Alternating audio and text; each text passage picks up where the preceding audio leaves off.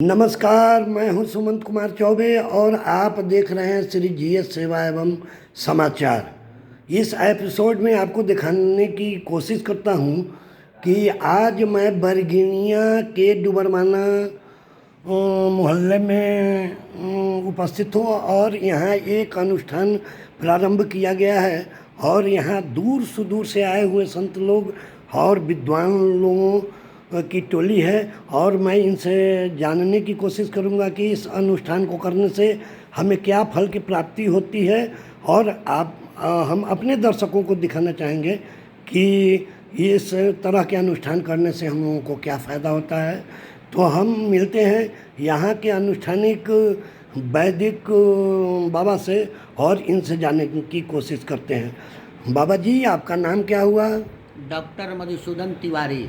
बाबा जी, आप हमारे दर्शकों को बताना चाहेंगे कि इस तरह के अनुष्ठान करने से हमको क्या लाभ मिलता है? सबसे पहले तो मैं आपको ये बतलाऊं और आपके दर्शकों को बहुत बहुत धन्यवाद और आशीर्वाद। और मैं आपके दर्शकों को आपके माध्यम से ये बतलाना चाहता हूँ कि अनुष्ठान, इस प्रकार के अनुष्ठान करने से महादेव जी का ये अनुष्ठान है।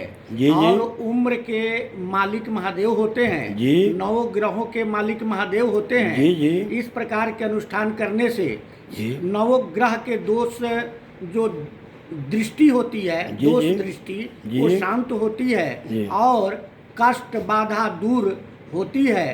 कायिक वाचिक मानसिक दोष जो है वो समाप्त होता है। मनुष्य का जीवन सुखमय और समृद्ध होता है। जी जी, प्रणाम। ऐसे हमारे दर्शकों को बताने के लिए आपको बहुत बहुत साधुवाद। और मैं अन्य यहाँ के विद्वानों से भी आपको रूबरू कराता हूँ और उनसे जानने की कोशिश करता हूँ कि इस तरह के अनुष्ठान में उन लोगों को कैसा अनुभव होता है। तो हमारे बीच ये विद्वान लोग हैं, तो मैं पुनः एक और विद्वान से आपको रूबरू कराता हूँ। आपका क्या नाम हुआ? मेरा नाम शशि प्रकाश उपाध्याय। पंडित जी, आप हमारे दर्शकों को बताएं कि इस तरह के अनुष्ठान में जब आप लोग आते हैं तो आप लोगों को अनुष्ठान करने में कैसा लगता है, क्या आनंद आती है, किस प्रकार की अनुभूति आप करते हैं?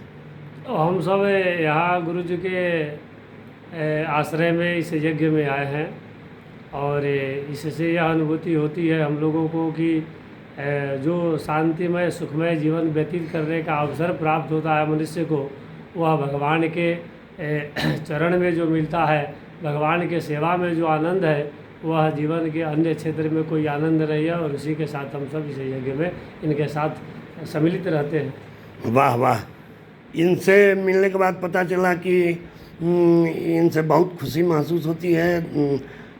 जैसे अन्य तरह के सभी मांगलिक कार्यों में या बिगड़े हुए कार्यों में हम लोगों को बाधाएं जो आती है उनकी विमुक्ति हो जाती है, हम लोग धन्य धान्य को प्राप्त होते हैं। तो आज के लिए इतना ही। बने रहिए मेरे साथ, फिर हम मिलेंगे आपसे अगले एपिसोड में। गुड बाय, नमस्ते, सलाम, सत श्री अदा।